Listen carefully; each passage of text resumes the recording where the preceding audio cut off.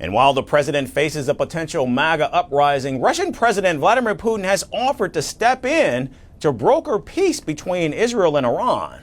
Speaking at a roundtable with international news agencies on the sidelines of the St. Petersburg International Economic Forum, Putin said Russia is ready to help negotiate a settlement. The Russian leader even proposed a framework that allows Iran to pursue peaceful nuclear energy while addressing Israel's deep-rooted security concerns. Putin described the situation as delicate, but insisted that a peaceful solution is in fact possible. He confirmed that Russia had already shared its ideas with Iran, Israel, and the United States, stressing that Moscow wasn't forcing anything, only laying out a potential path to de-escalation. I think it would be appropriate for everyone to work together to look for ways to end the hostilities and to come to an agreement between all parties involved in the conflict in order to ensure both Iran's interests, on the one hand, in its nuclear activities, peaceful nuclear activities, of course, I mean both peaceful nuclear energy and peaceful use of nuclear technology in other areas, and to ensure Israel's interests in terms of the unconditional security of the Jewish state. Now, Russia has long walked a tightrope in the Middle East, keeping warm relations with Israel while developing strong economic ties with Iran. And Putin's latest offer suggests Moscow wants to leverage that balancing act to play the role of mediator. Putin further emphasized that Russia was instrumental in building Iran's first nuclear power plant and is currently helping construct 2 more reactors. Over 200 Russian specialists remain on site. And according to Putin, Israel has assured Moscow that these workers will not be targeted in any strikes. We have very good relations with Iran. We could continue this work and ensure their interests in this area. I will not go into details now, as there are many. All these details have been discussed with both the Israeli and American sides, and we have sent certain signals to our Iranian friends.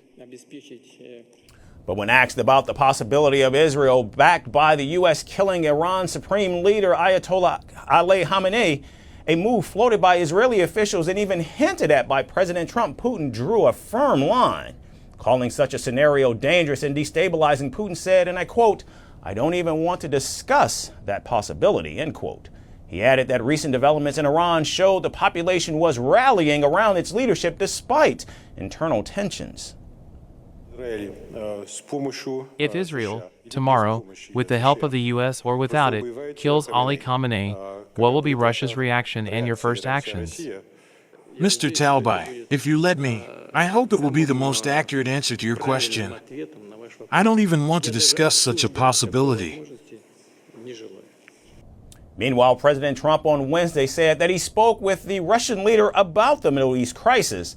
And during the call, he urged Putin to, quote unquote, mediate your own issues first.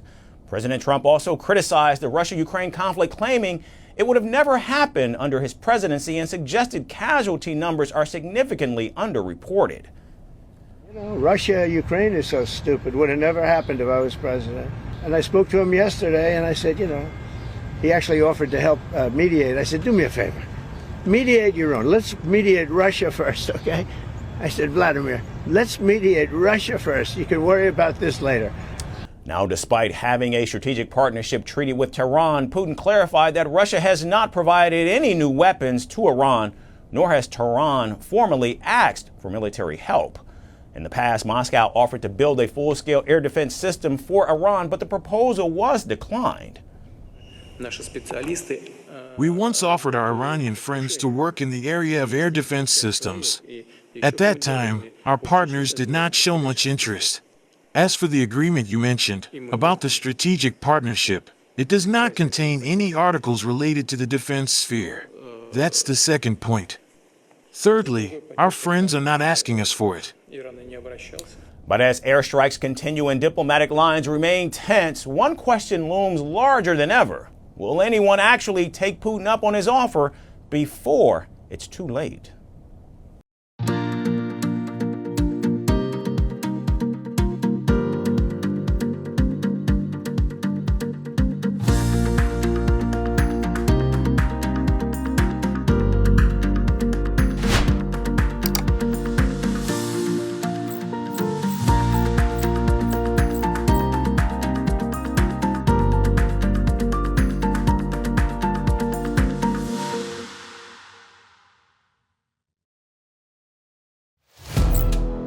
Firstpost now available in 9 languages on YouTube. English, Stands at $36 trillion. French, Le FMI, comme German, Geschäftsführenden Direktor, Hindi, $30 trillion ka karjo. Indonesian, Pemerintah tanpa pemeriksaan. Italian, Sekali radikali. Japanese, 4兆ドル以上も Portuguese, por causa do próprio balanço patrimonial. Spanish. Beautiful bill. Go to Settings, click on Audio Track and select the language of your choice. Be the first to know what's happening around you in your first language. Firstpost.